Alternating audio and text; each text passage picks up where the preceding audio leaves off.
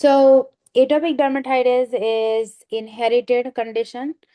Pruritic rash is going on their hands and flexure folds and neck and everywhere else. Those are the main areas where they can have rash. Those rashes are not smooth, it's rough. It's gonna look like rough patches, okay? So that is atopic dermatitis. Choice of treatment is steroids. We can start with, mild low potency steroids, which is hydrocortisone 1% or 2.5%. If that does not help, then we can use medium potency steroid, which is triamcinolone. And high potency, which is Halog, which is high potency. Then we have same type of eczema, but it's on their hands and palm and sole of the feet and stuff like that. So that is called palmoplantar eczema. It affects their palm of the hands and sole of the feet, which is also very pruritic. Okay, so this is pruritic form of eczema. Again, choice of treatment is topical steroids. Then we have varicella, which is chickenpox. Varicella happens to pediatric patient. It's caused by varicella zoster virus, which is also highly contagious. Normally, they have fever first and then they have rash. So what do? Don't do anything. Supportive treatment, symptomatic management, and for prevention, we have varicella vaccines.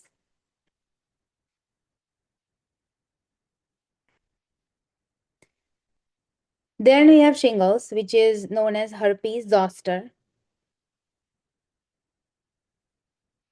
So shingles, how do you identify those? Shingles are fluid, this is the main definition. Fluid-filled vesicular lesion. And it's very contagious. So fluid-filled vesicular lesion, that is shingles. So what do? What is the choice of treatment? You can do acyclovir or valcyclovir for 10 days. That's the initial treatment. But if they have again and again and again episode, then acyclovir or valcyclovir forever in their life they have to take.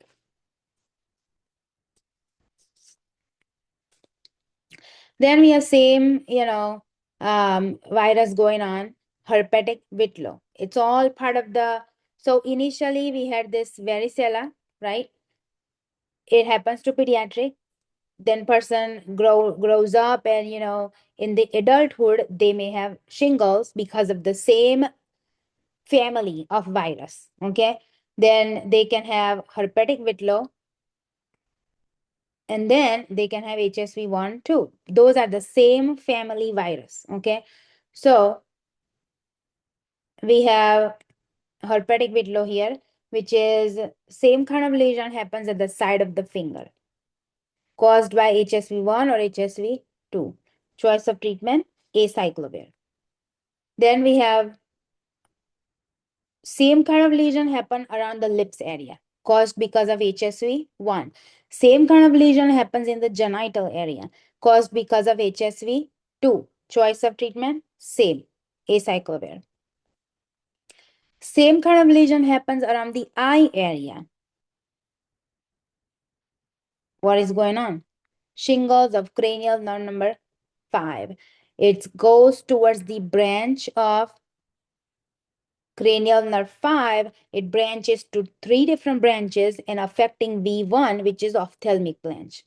So shingles of cranial nerve number 5.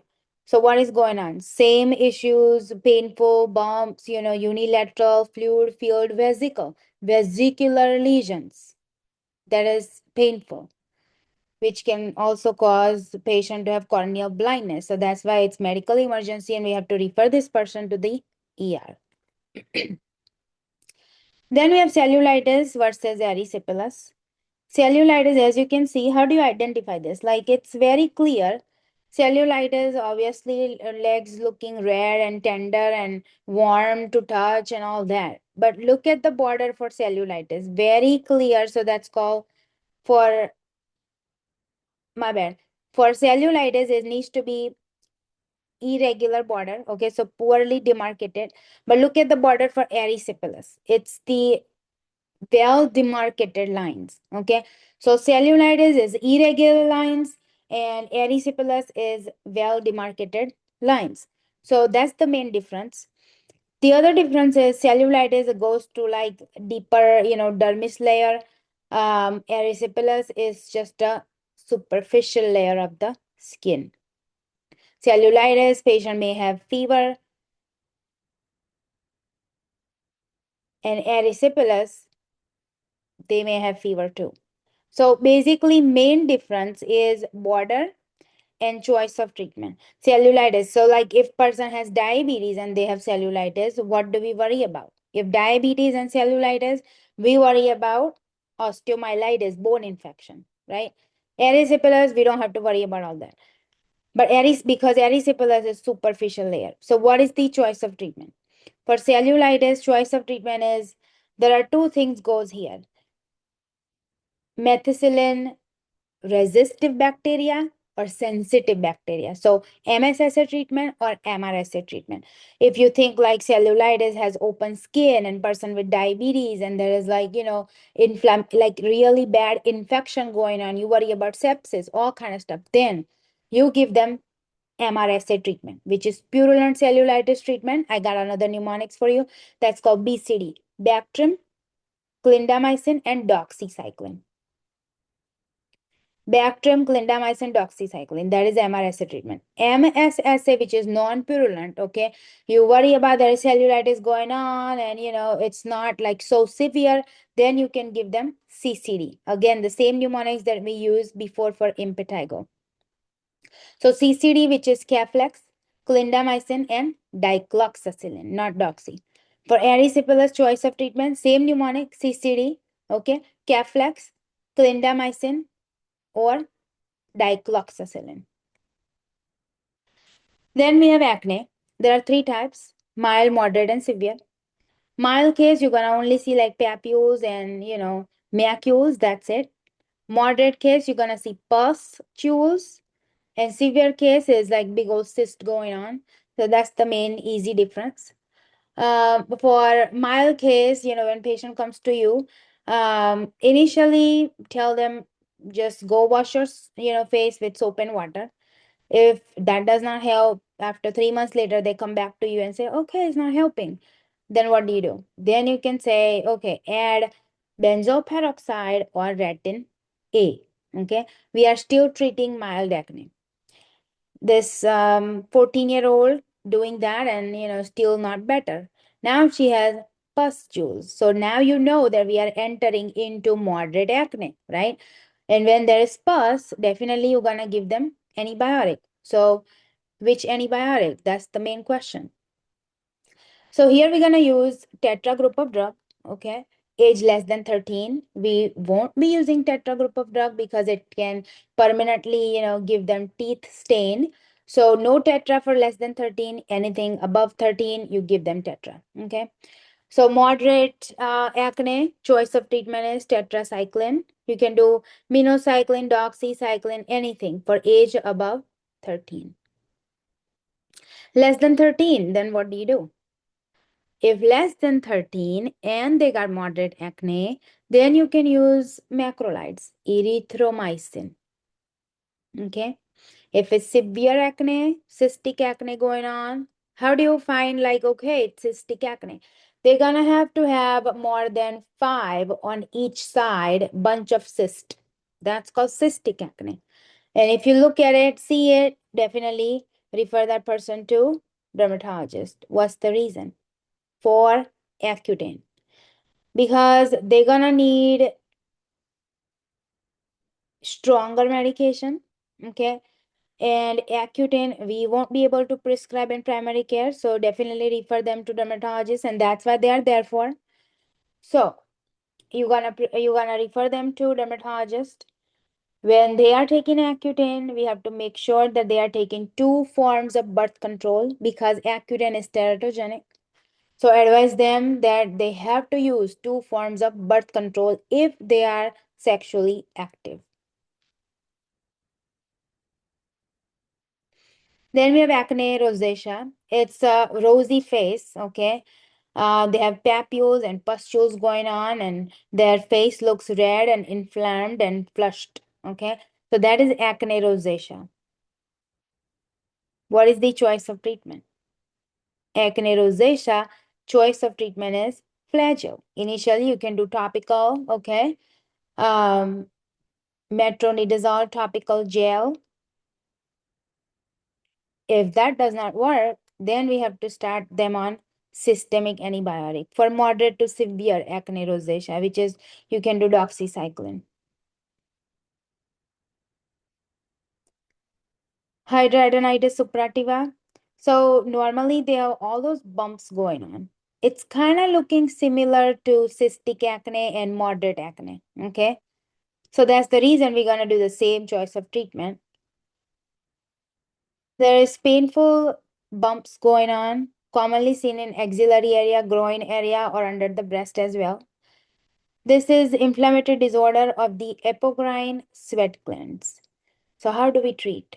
Sometimes they have recurrent problem. There is abscess going on, there is pain going on, bunch of nodules going on. If you don't handle that, then it turns into abscess.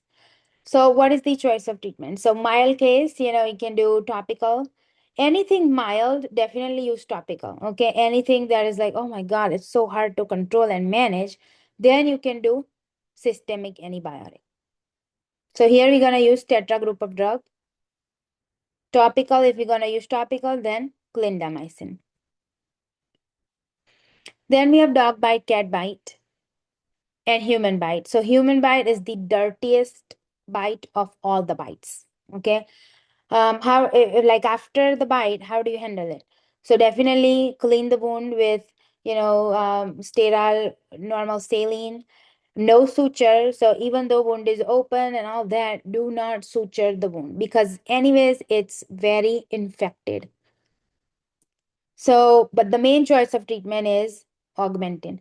Make sure the person has taken tetanus vaccine. If they haven't taken since last 10 years, then they need to have one.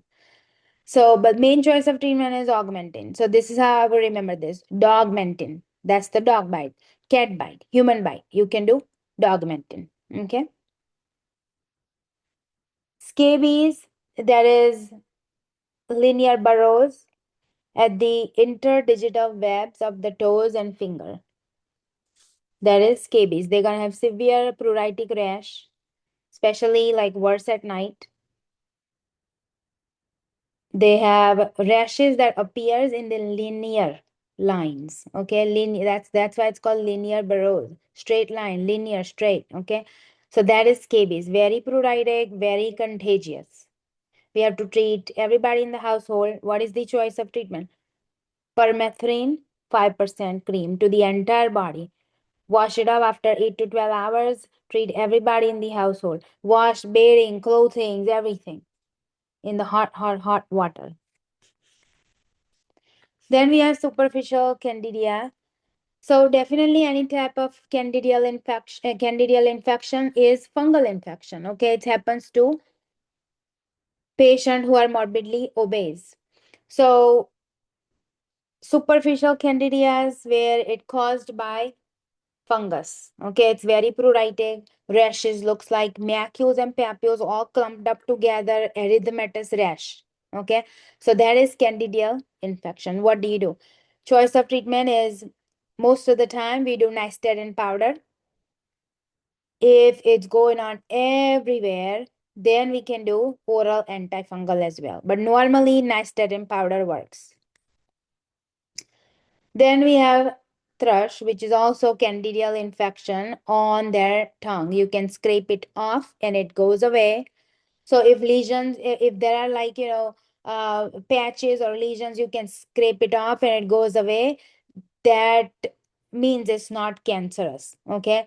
So those patches, you can scrape it off, it goes away. That means it's clearly thrush. So whitish, creamy color patches. So what is the choice of treatment? And you also don't know how far they have it. Like, is it gone towards the esophageal area or not? Okay. So choice of treatment we're going to do is nystatin oral suspension. We advise patient to swish around and then swallow. The main reason to swallow is because we don't know how far they have it. Okay. Pityriasis rosea. So clearly that is viral condition. Normally, like 1 week before they have those rashes in the back, they have Harold patch. So one patch that is like oval shaped, circular shape and erythematous rash comes up on their shoulder. That is called Harold patch. And then 1 week later, they're gonna have Christmas tree pattern rash on their back. So it looks like, in the oblique um, form, they have tiny macules and papules going on in the Christmas tree pattern rash. That's why it's called Christmas tree pattern. So what do you do? I mean, don't do anything, supportive treatment, because it's viral condition. Anytime we have viral condition going on,